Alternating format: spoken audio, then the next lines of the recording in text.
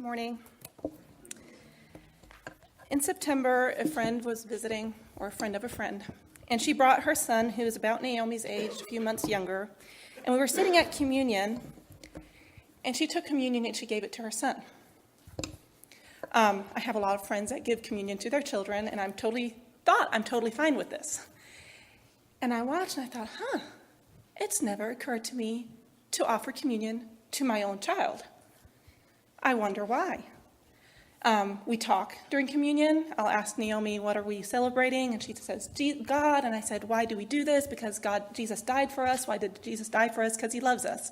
So clear, confession from her heart, from her 5-year-old heart, that she loves Jesus. And yet I wasn't offering communion to her. So I thought about a little bit where that might come from.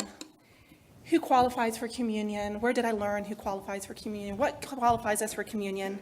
And I realized growing up, I grew up in a church where you had to be baptized or you could not take part in communion. Even to the degree that when we had communion left over, we were a small church, we kids liked to sneak up and pretend that we're taking communion. And there were adults that said that is sacrilegious, you can't do that, it's disrespectful. That conversation could only be clarified when finally a mom said, so you're going to dump it down the drain, and that's bigger respect for Jesus than my child being able to drink it after service. So they decided that maybe children are a better solution than the drain, and we could drink it after service. But this was not real communion. Later, the question became, if somebody wasn't baptized Church of Christ, but Lutheran or Catholic, and maybe as an infant, could they take part in communion?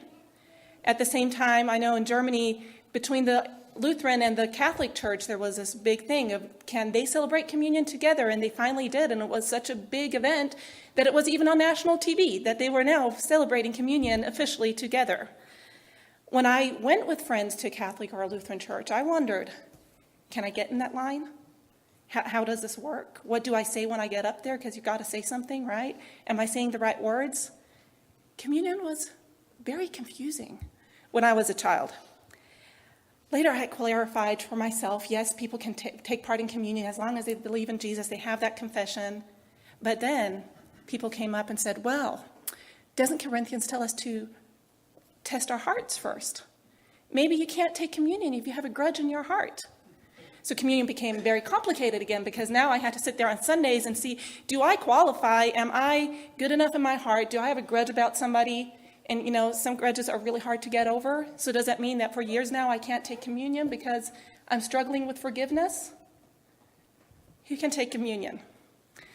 So going back to Luke, I looked at who was at the table. And sometimes we have this idea that it was this band of friends that all stuck together. They all believed in Jesus. They were all faithful to Jesus. And so it was this special group of people that got the first communion. But when you look in Luke, in the same breath that Jesus says, this is the cup given you for you, my blood given for you, the quotation marks don't even end, and he goes into, and the person who's going to betray me is at this table, in one breath. Then the disciples go into this argument about who's the biggest. Then Jesus says, Peter's going to betray me. Then they fall asleep. Then they betray him. And Jesus gave them communion knowing all of this. No pre-qualifier. No sermon of, if you're going to take this communion, you need to promise me that Monday is going to be better than Saturday was. Realizing that communion is not something that we pre-qualify for, something that we need to be good enough for, something that we have to have placed group membership, something that we have to have proven beyond a reason of a doubt that my confession of Jesus is real, by whatever standard that is. But communion is that which qualifies us. Communion is that which brings us into the family. Communion is that binds us together. That was a challenge for me. There is one person in this world that if he walked into this room and said, I'm going to take part in communion, my first inclination would be to walk out. But to understand that in communion, God's love, God's acceptance, God's unity, God's sense of family is so deep that no matter who walks through this door, no matter who I am, no matter how I feel today, no matter who you are, we can share into this communion.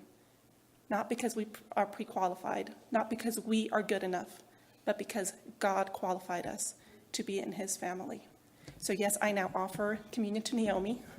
Sometimes she says yes, sometimes she says no, and that's okay, because in the end, it's about Jesus and where we are with him.